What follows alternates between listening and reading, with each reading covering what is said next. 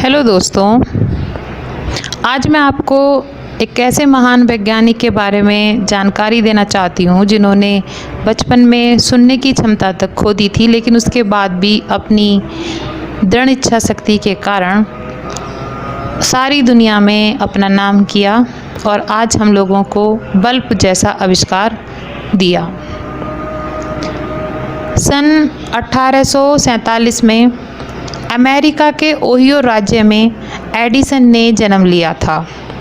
बचपन से ही वह आम बच्चों की तरह नहीं थे। 4 साल थे जब उन्होंने बोलना भी नहीं सीख पाए थे। उनके माता पिता को चिंता हुई, हालांकि कुछ वक्त बाद उन्हें बोलने लगे थे।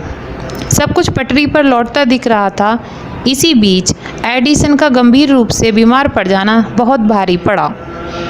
इसमें उन्होंने अपनी सुनने की शक्ति खो दी। इसके अलावा उनके क्रियाकलाप अजीबोगरीब हो गए थे। उनको सनकी कहा जाने लगा था। एक बार उन्होंने चिड़ियों को कीड़े खाते हुए देखा।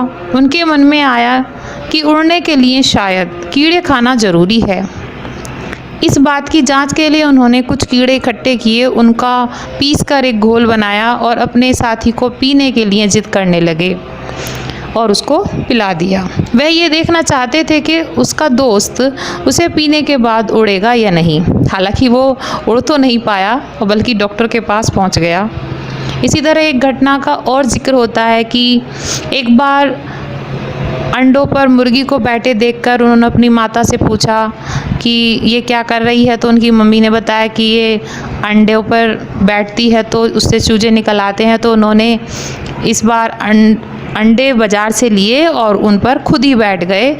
इस तरीके के वो कारनामे करने लगे थे। तो इस वजह से जो लोग थे उनको मंदबुद्धि कहकर बुलाने लगे थे।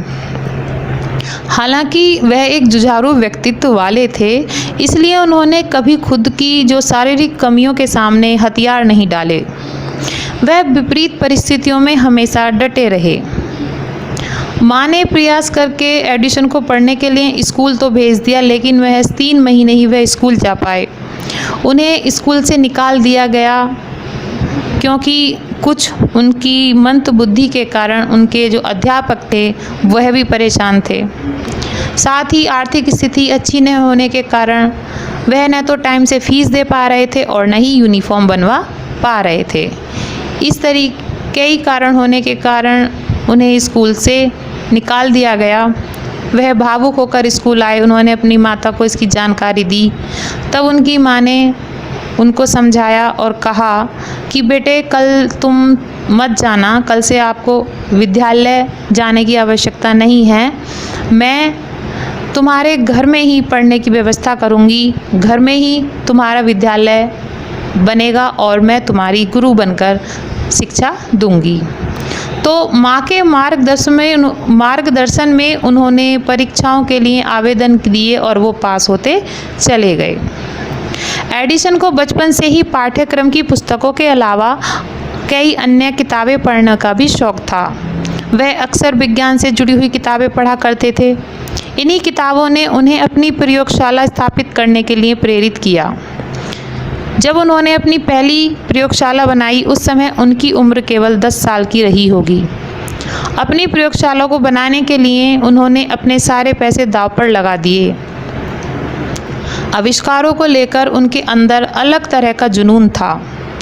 जब उनके सारे पैसे ख़त्म हो गए तो उन्होंने ट्रेन में अखबार बेचने का काम भी किया। उस समय उनके पास क्योंकि यही एक विकल्प था। अखबार बेचने से उन्होंने जो भी पैसे इकट्ठे करते वह उससे अपने शोध के लिए सामग्री खरीद लेते थे।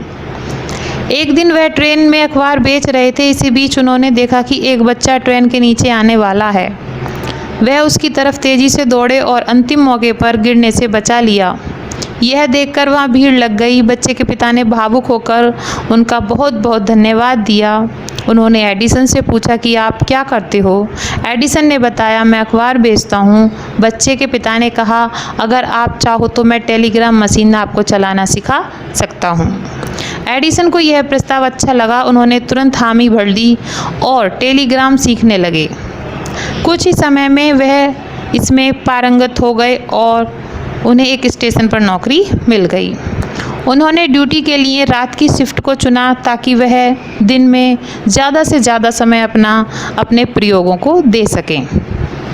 वैसे तो एडिसन ने ढेर सारे आविष्कार किए, लेकिन उनमें बिजली का बल्ब सबसे प्रमुख है।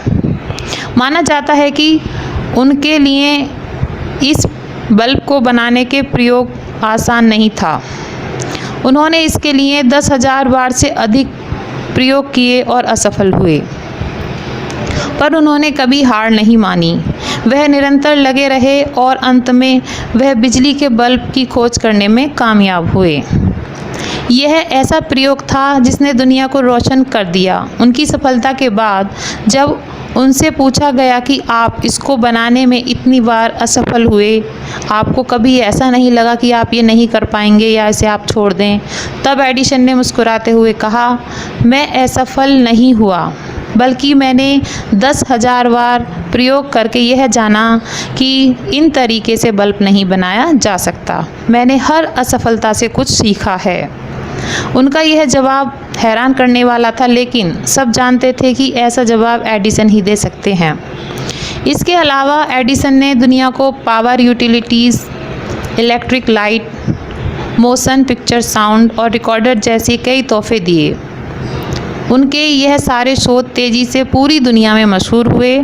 उनके आविष्कारों में एक चीज़ खास थी, उन्होंने टेलीकम्युनिकेशंस में ज़्यादा प्रयोग किए।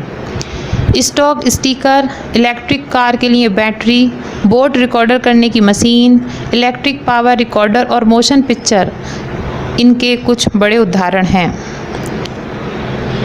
84 साल की अपनी ज़िंदगी में एडिसन के द्वारा किए गए शोध आज के किसी भी वैज्ञानिक के लिए एक सपने जैसे हैं।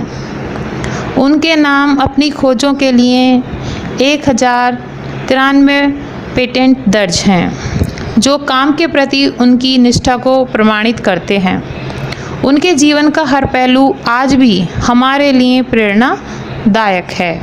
इलेक्ट्रिक बल्ब के बाद भी उन्होंने अपना प्रयोग जारी रखा और सन 1900 के दरमियान एडिसन अपनी सारी प्रमुख खोजें कर चुके थे और एक वैज्ञानिक के साथ साथ एक अमीर व्यापारी भी बन चुके थे।